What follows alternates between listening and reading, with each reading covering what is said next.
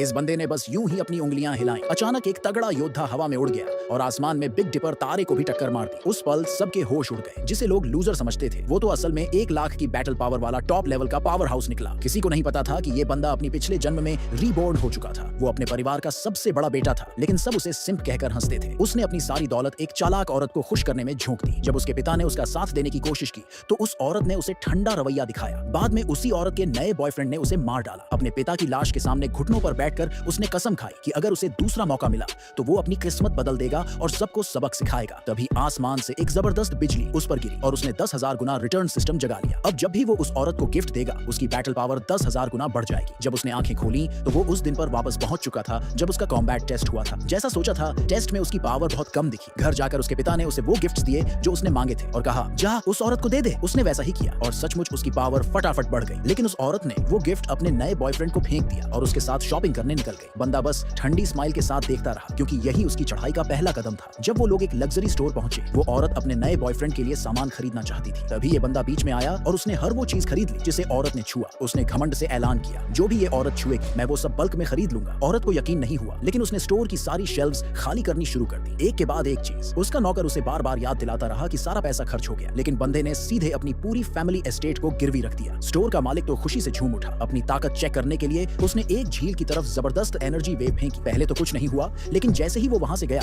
झील एक धमाकेदार आवाज के साथ फट पड़ी और बीच से 2 टुकड़ों में बट गई। इस धमाके ने क्लैन लीडर को अलर्ट कर दिया जो फौरन जांच करने पहुंची। जब उसने ये नजारा देखा सबको समझ आ गया कि कोई बेमिसाल मास्टर उभर चुका है। सबने उस रहस्यमयी शख्स से सामने आने को कहा। बंदा आगे आया और शांति से बोला ये मैंने किया। भीड़ में हंसी मजाक शुरू हो गया। उसके सेकंड अंकल ने तंज कसते हुए कहा कि उसने क्रेडिट चुराया है और ये भी बोला कि उसका बेटा आने वाले क्लैन मास्टर टूर्नामेंट में इसे कुचल देगा। लेकिन बंदा बस स्माइल करता रहा और सबके सामने ऐलान कर दिया कि वो न सिर्फ टूर्नामेंट में हिस्सा लेगा बल्कि नया क्लैन मास्टर बनेगा। 7 दिन बाद टूर्नामेंट शुरू हुआ। उस औरत का नया बॉयफ्रेंड स्टेज पर आया और बोला कि वो गार्ड है, सिर्फ वही लोग कॉम्पीट कर सकते हैं जो उसे हरा दे। उस पिल की वजह से जो बंदे ने उसे दी थी उसकी बैटल पावर 10,000 तक पहुंच गई थी। 3 चैलेंजर्स एक साथ स्टेज पर चढ़े लेकिन एक को तो तुरंत बाहर फेंक दिया गया। बाकी 2 भी कुछ बार से ज्यादा नहीं टिके और रिंग से बाहर हो गए। टाइम बीता जा रहा था लेकिन वो बंदा अभी तक नहीं आया। उसका बाप हताश होकर खुद स्टेज पर चढ़ गया, लेकिन सालों से ट्रेनिंग न करने की वजह से वो कमजोर हो चुका था। एक ही पंच में उसे उड़ा दिया गया। जमीन पर खून खांसते हुए वो पड़ा था। नया बॉयफ्रेंड दोबारा मुट्ठी उठाने ही वाला था कि आखिरकार वो बंदा वहां पहुंच गया। उस औरत ने हंसते हुए कहा ये तो सेकंड्स में मर जाएगा, लेकिन उसे क्या पता